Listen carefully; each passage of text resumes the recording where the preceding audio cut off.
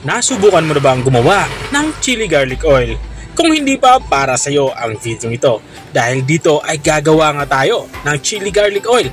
Pero kung tinatamad ka naman ay pwede ka naman bumili dahil malapit ko nang ilabas ang aking produktong chili garlic oil sa aking TikTok shop. Pero dito kung gusto mong matuto ay panoorin mo ang aking video.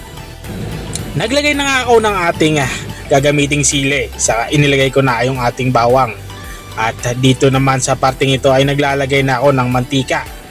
Sa paglalagay ng mantika, every 100 grams ay isang cup na mantika. Yan yung ratio niya.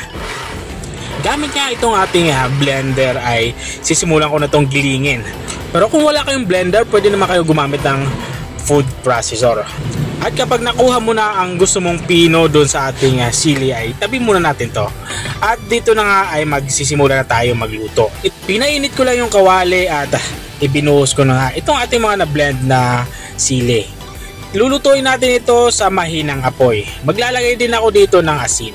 Unang ilalagay ko nga yung asin, saka pangalawa yung asukal. At para malinamnam yung ating chili garlic oil na ginagawa ay lalagyan natin ito ng oyster sauce. 2 kutsara nga oyster sauce ang aking inilalagay dito. At halo-haloy lang natin to para kumalat dito sa ating nilulutong chili garlic oil. Ang pagluluto ng chili garlic oil ay dapat sagana ito sa halo para hindi masunog yung ilalim. At tulad ng nakikita nyo sa video. At tuloy-tuloy lang tayo sa paghahalo at lulutuin natin to sa loob ng 20 to 30 minutes. At maglalagay na din ako dito ng powdered na black pepper. At tulad din ng mga nauna nating sangkap, ay haluin lang natin ito dito para kumalat nga dito sa ating inilulutong chili garlic oil.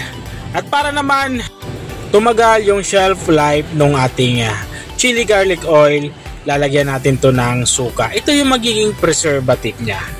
At matapos natin tong lagyan ng suka ay huwag natin tong haluin. Papalipasin lang natin yung mga 3 minuto bago natin tong haluin para hindi naman maglasa ang hilaw yung ating inilagay na suka. At makalipas nga ng 3 minuto dito ay hinahalo ko na nga ito.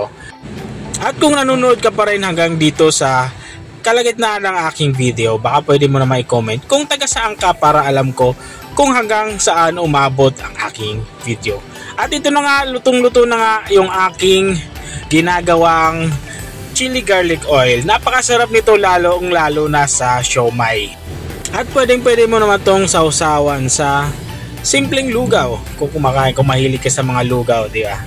Pampaanghang, pampagana. At kung gusto mo na maibenta, ipack mo lang ito ng katulad ng ginawa ko. O siya, hanggang dito na lang ako. Bye-bye!